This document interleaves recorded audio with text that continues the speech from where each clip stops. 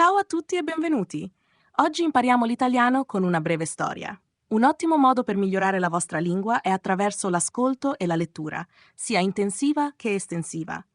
Con questo tipo di storie usiamo il metodo del comprehensible input, perfetto per l'acquisizione della lingua in modo naturale. Hi everyone and welcome! Today, we're going to learn Italian with a short story. A great way to improve your language skills is through listening and reading, both intensively and extensively.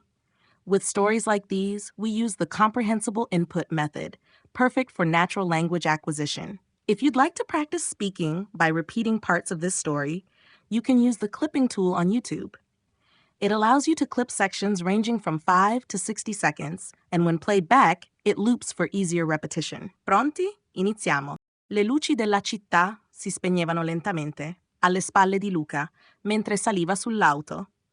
Il rumore del motore accese un lieve brivido di eccitazione in lui. Era da tempo che desiderava un viaggio come questo, qualcosa che lo portasse lontano. La strada davanti a lui si snodava nel buio della notte, misteriosa e silenziosa, come una promessa, ancora da mantenere. È il momento, sussurrò a se stesso, mentre iniziava a guidare. Sentendo il volante saldo tra le mani, accelerò dolcemente, aumentando la velocità con cautela, finché il paesaggio urbano della città si trasformò in campi aperti e deserti. Il cielo sopra di lui era una distesa senza fine, illuminato soltanto da qualche stella timida e dalla flebile luce dei fari della sua auto. Il suo sguardo si spostava continuamente dalla strada all'orizzonte lontano, cercando di non pensare troppo a ciò che stava lasciando alle spalle.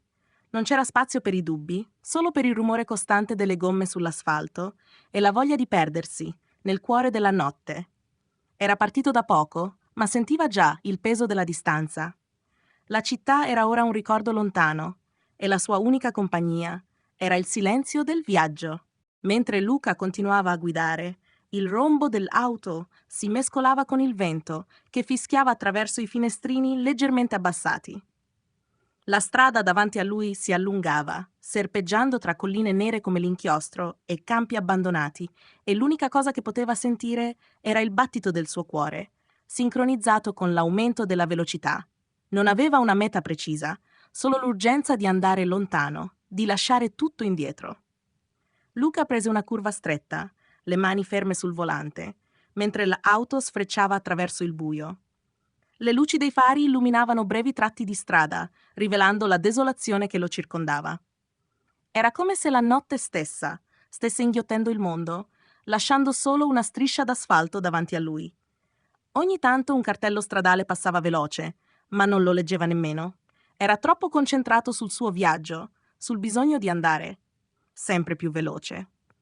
Si accorse che più si allontanava dalla città, più il suo respiro si faceva leggero. La tensione che aveva provato prima di partire sembrava sciogliersi, come se la strada e la notte avessero il potere di cancellare i pensieri. Non aveva bisogno di sapere dove sarebbe arrivato, solo che doveva continuare a guidare.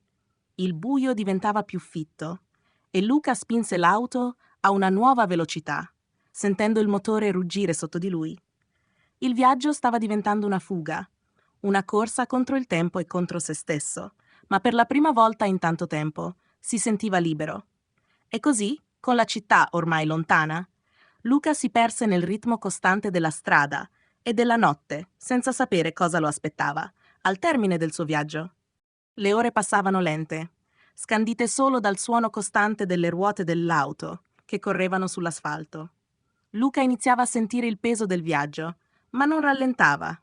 La strada sembrava non finire mai, una linea infinita che si perdeva nel nero della notte. Gli occhi stanchi si concentravano sulle luci dei fari, mentre il paesaggio intorno a lui diventava un'ombra indistinta. Luca spostò lo sguardo per un attimo sul cruscotto, controllando la velocità. Stava andando troppo veloce, ma non gli importava. L'importante era continuare. Allontanarsi sempre di più dalla città, da tutto ciò che aveva lasciato. Lontano, pensò, sempre più lontano. Improvvisamente, un riflesso sulla strada lo costrinse a frenare bruscamente. L'auto slittò per un istante e il cuore di Luca accelerò, mentre cercava di riprendere il controllo. Lungo il ciglio della strada c'era una figura. Un uomo, solitario, con un cappotto logoro e uno sguardo fisso verso di lui. Il buio lo avvolgeva, ma la luce dei fari lo rendeva quasi spettrale. Luca fermò l'auto, la sua mente divisa tra il desiderio di proseguire e la curiosità. La strada era deserta, non c'era nessun altro in vista. Chi era quell'uomo? E perché si trovava lì, in piena notte, in mezzo al nulla? Abbassò il finestrino. Il freddo della notte entrò nell'auto. «Serve aiuto?» chiese. La voce rauca per il silenzio mantenuto durante il viaggio.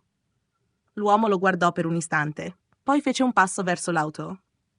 Luca non sapeva spiegare perché, ma sentiva che qualcosa non andava. Eppure il suo piede rimase fermo sul freno, mentre attendeva una risposta. L'uomo si avvicinò lentamente all'auto, il cappotto che ondeggiava leggero al soffio del vento notturno. Luca, ancora incerto, fissava la figura attraverso il vetro, cercando di intravedere meglio il suo volto nell'oscurità. «Ha bisogno di un passaggio?» chiese di nuovo, la mano ormai nervosa sul volante. L'uomo si fermò accanto alla portiera, fissando Luca con occhi stanchi e profondi. «Sto cercando di tornare in città», rispose con voce calma, quasi monotona. «Sono rimasto bloccato qui. La mia auto si è guastata, molto lontano da tutto». Luca esitò. Qualcosa nell'aria gli metteva a disagio. Non c'era nessun'altra auto in vista, e quella zona era così remota che non riusciva a immaginare come qualcuno potesse essere lì, da solo, a quell'ora della notte. Tuttavia, la voce dell'uomo aveva un che di rassicurante, come se volesse convincerlo che tutto andava bene. «Può salire», disse infine Luca, aprendo la portiera del passeggero. L'uomo entrò nell'auto con un movimento silenzioso, chiudendo la portiera senza fare rumore. La presenza dell'estraneo sembrava riempire l'abitacolo, e Luca sentì una strana tensione crescere dentro di sé.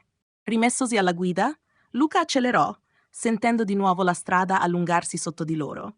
L'auto tornava a guadagnare velocità, mentre le luci dei fari continuavano a fendere la notte scura. «Quanto dista la tua macchina?» chiese, cercando di spezzare il silenzio opprimente. L'uomo guardava fisso davanti a sé. «Molto lontano ormai», disse.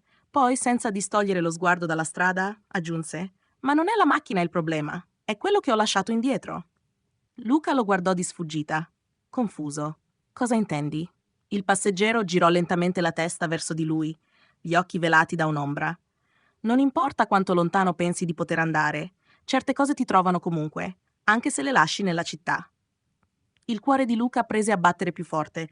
Si sentiva improvvisamente intrappolato nella sua stessa auto, con la sensazione che il viaggio stesse assumendo una piega, che non riusciva a comprendere. Il silenzio della notte sembrava ora carico di un'inquietudine palpabile. L'auto scivolava sulla strada, sempre più veloce, ma Luca non sentiva più il solito brivido che la velocità gli dava. Ogni secondo passato accanto a quell'uomo, che ora fissava il vuoto con uno sguardo distante, lo faceva sentire sempre più in trappola.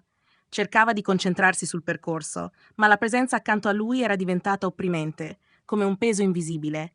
Il silenzio nella macchina era denso, spezzato solo dal ronzio del motore e dal rumore delle ruote che correvano sull'asfalto.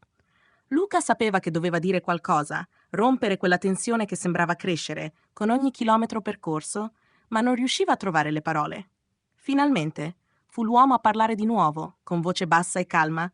«Sei scappato da qualcosa, vero?» Luca trasalì. «Cosa?» chiese, cercando di mantenere il controllo. «Di cosa parli?» «Stai guidando da ore, cercando di andare sempre più lontano dalla città», disse l'uomo, senza guardarlo. «Ma non puoi sfuggire a quello che ti tormenta. Non importa quanto corri, non importa quanta strada percorri». Il cuore di Luca prese a battere più forte. Si sentiva scoperto, come se quell'uomo avesse letto dentro di lui. Aveva iniziato questo viaggio per fuggire da qualcosa, da qualcuno, ma non voleva ammetterlo nemmeno a se stesso.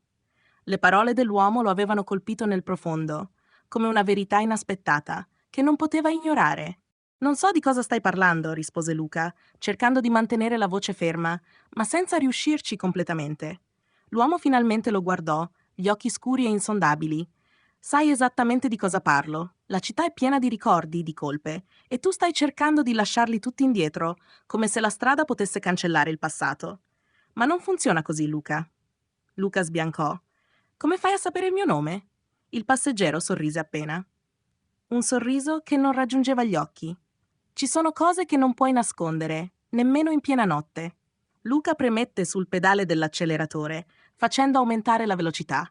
La strada diventava un filo sottile e il paesaggio intorno si trasformava in un confuso miscuglio di ombre. Sentiva il panico crescere dentro di sé, ma sapeva che non poteva fermarsi. Doveva continuare a guidare, andare sempre più lontano, anche se qualcosa o qualcuno lo stava inseguendo. Il rombo dell'auto aumentava di intensità, mentre Luca spingeva sull'acceleratore, ormai al limite della velocità consentita. La strada davanti a lui sembrava dissolversi nella notte, come se il mondo attorno si stesse ritirando, lasciando solo lui, il passeggero misterioso e il nero infinito. L'aria fredda entrava dal finestrino abbassato, sferzando il suo viso e intensificando la sua inquietudine. Luca era in preda al panico. Il passeggero continuava a fissarlo con quella calma surreale e la tensione dentro l'auto diventava insopportabile. «Chi sei?» sbottò Luca. La voce tremante. «Cosa vuoi da me?» L'uomo non rispose subito, ma mantenne quello sguardo profondo e inaccessibile. Poi, con un tono che sembrava provenire da una distanza insondabile, disse: «Non sono qui per farti del male, sono qui per ricordarti che non puoi fuggire da te stesso. Non importa quanto lontano tu vada, quanto veloce tu voglia correre. Alla fine, il tuo viaggio non è altro che un ritorno al punto di partenza». Luca si sentiva quasi soffocare. Il volante tra le sue mani tremava leggermente, ma lui continuava a guidare, come se fermarsi significasse affrontare una verità che non era pronto a sopportare.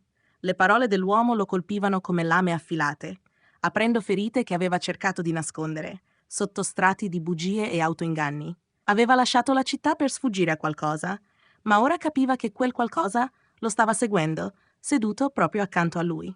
«Non posso tornare», sussurrò, come se stesse parlando più a se stesso che all'uomo. Il passeggero lo guardò con una strana comprensione. «Non c'è nessun ritorno, Luca.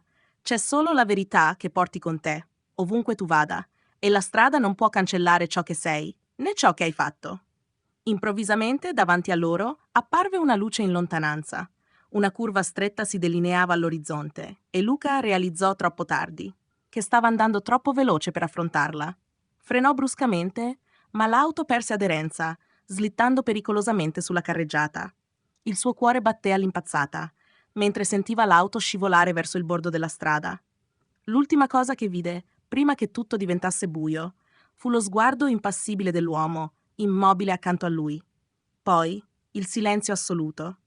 Quando Luca riaprì gli occhi, l'auto era ferma. Non sapeva quanto tempo fosse passato, ma il mondo intorno a lui era avvolto in un silenzio innaturale. Il passeggero era scomparso. Il sedile accanto al suo era vuoto, come se nessuno fosse mai stato lì. Fuori la notte era ancora profonda e la città, lontana, sembrava solo un ricordo sfocato. Grazie per aver ascoltato. Continuate a immergervi in storie come questa per accelerare il vostro apprendimento. Se vi è piaciuto, lasciate un like e iscrivetevi per altre storie e consigli su come imparare l'italiano. A presto e buon proseguimento nel vostro viaggio linguistico. Thanks for listening. Keep immersing yourself in stories like this to speed up your learning. If you enjoyed it, leave a like and subscribe for more stories and tips on how to learn Italian. See you soon, and good luck on your language journey.